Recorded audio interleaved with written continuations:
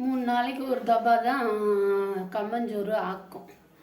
ஆக்கிட்டு அத்தை உண்டை பிடிச்சி தண்ணியில் போட்டு வச்சுட்டு ஒரு நாள் மட்டும் சூடாக எதனா கருவாடு குழம்பு எதனா வச்சு சூடாக கம்மஞ்சோறு வச்சு அத்தை சாப்பிடும்.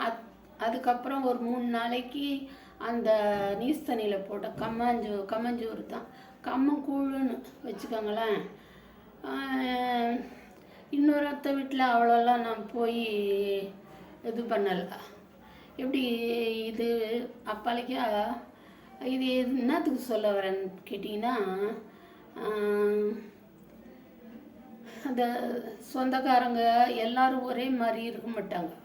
நான் வருஷத்துக்கு ஒரு தபா எங்கள் அம்மா வீட்டுக்கு சென்னைக்கு போவேன். வருஷத்துக்கு ஒரு தபா போவேன். போக சொல்ல அங்கே இருக்கிற சொந்தக்காரங்க என்னை என்னைக்காவது கூப்பிட்டு அனுப்புவாங்க. நான் யார் வீட்டுக்கும் போக மாட்டேன், எங்கள் அம்மா வீட்டில் விட்டு கூப்பிட்டு அனுப்புவேன். ரொம்ப நெருங்கின சொந்தக்காரங்க கூப்பிட்டு அனுப்புவாங்க. போனாக்கா மத்தியானம் சாப்பாடு கொடுத்து அனுப்புவாங்க. நான் என்ன பண்ணுவேன், அவங்க யாராண்டையாவது சொல்லி அனுப்புவாங்க.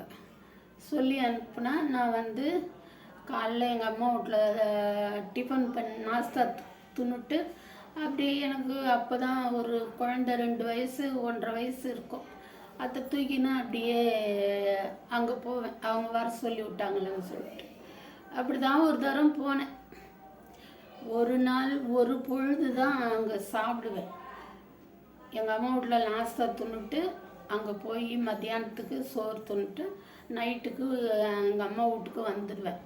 இப்படி இருக்க சொல்ல அவங்க கூப்பிட்டாங்களேன்னு சொல்லிட்டு அன்னைக்கு போன உடனே என்ன பண்ணாங்க, அந்த சொந்தக்காரர் கேட்டார், உனக்கு பிரியாணி பண்ண தெரியுமான்னு கேட்டார். மெய்யாலுமே எனக்கு தெரியாது. பிரியாணின்ற பேர் கேட்டது தான். அதுக்கு மேலே அதை பற்றி ஒன்றுமே தெரியாது. நான் என்ன பண்ணேன், பிரியாணி துண்ணலான்ற ஆசையில் தலையை ஆட்டி வச்சேன்.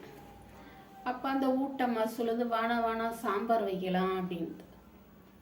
இல்லை பிரியாணி பண்ணலாம் அப்படின்னு அவர் சொல்கிறார். ஒன்றும் இல்லைம்மா, இவங்க அக்கா பிரியாணி பண்ணுறதுக்கு சொல்லியிருந்தோம். அவங்க வரலன்னு வரக்கானோ, அதனால் உனக்கு தெரியுமான்னு கேட்டேன் பிரியாணி பண்ணுறதுக்கு அப்படின்னு. அது அவங்க அக்காவை ஃபோன் பண்ணி நீ வரவானான்னு சொல்லியிருப்பாங்க. எனக்கு தெரியும் நீ வராத அப்படின்னு சொல்லிட்டு, பிரியாணி பண்ண வேணாம் அப்படின்னு சொல்லிட்டு. அத்தொட்டு அவங்க சொல்கிறாங்க, வானா சாம்பார் வைக்கலாம்.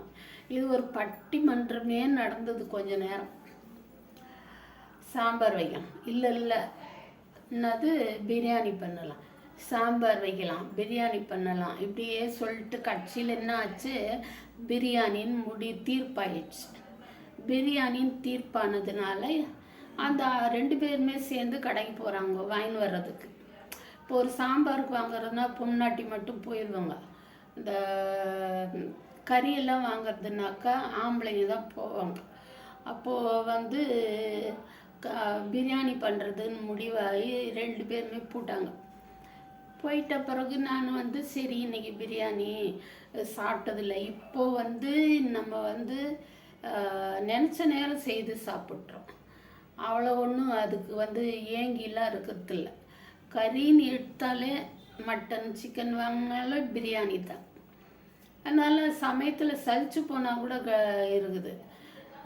எதுனா வெரைட்டியாக ஒரு சாம்பார், ரசம், வத்த குழம்பு, கூட்டு, பொரியல்னு வச்சுன்னு துண்ணலான்னு வருது. அந்தளவுக்கு இருக்குது. அப்போது அது கண்ணில் பார்த்ததே இல்லை. அப்போ அன்றைக்கி அந்த வருவாங்க வாங்கின்னு நினச்சின்னு இருந்தால் சாம்பாருக்கு வாங்கின்னு வந்தாங்க. சாம்பாருக்கு வாங்கின்னு அவங்க சாம்பார் வச்சாங்க. அப்புறம் அந்த கிழங்க தோல் சீவி ரவுண்டாக நறுக்கி கொடுங்க நாங்கள் செஞ்சேன். அப்பாலைக்கா அத்தை அப்படியே ரவுண்டாக பொரிச்சு எடுத்தாங்க. அப்போ வச்சாங்க சாப்பிட்றதுக்கு. இப்போ நினைப்பு வருது எனக்கு, நீ நல்ல மானம் ஈனம் இருந்தாக்கா நான் வந்து அம்மா வீட்டில் போய் சாப்பிட போகிறேன், அம்மா வர சொல்லுச்சு அப்படின்னு கூட சொல்லிட்டு கூட வந்திருக்கலாம். ஆனால் நான் சொல்லலை. இப்போ சொல்கிறேன் அத்தை.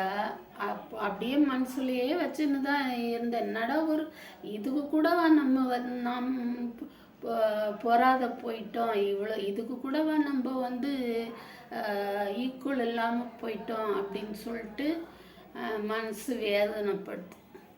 என்ன பண்ணேன்,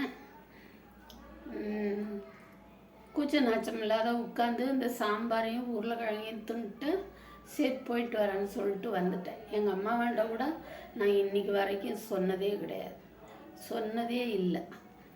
அத்தை நினைக்கும்போது எங்கள் அத்தை வீட்டில் குடித்தோம் பார்த்தீங்களா கம்மங்கூழ், அது அப்படியே வாசனை வருது. அன்பாக எதனா கூழை கொடுத்தா கூட குடிச்சிடலாம். ஆனால் இஷ்டம் இல்லாத விருந்தே போட்டால் கூட சரி சாப்பிடாதீங்க. எனக்கு நீ ரொம்ப நாள் கழித்து தான் நம்ம அந்த சாம்பார் சோறை துண்ணாமல் வந்துருக்கலான்னு தோணுது. அது என்ன ஆச்சோ ஏதாச்சோ எத்தனை வருஷம் ஆச்சு அப்படி தோணுது. இப்போ இஷ்டப்பட்டு கொடுத்தாக்கா எத்தனாலும் வாங்கி கொடுக்கலாம். கஷ்டப்பட்டு கொடுத்தாக்கா அதை வானவே வானம். ஆமாம், இப்போ தான் எனக்கு ஞானம் பிறந்துக்குது. அதனால் உங்களாண்ட சொன்னேன். வேறு ஒன்றும் இல்லை. நான் இன்றைக்கி போயிட்டு நாளைக்கு வரேன். அப்பால பார்க்கலாம்.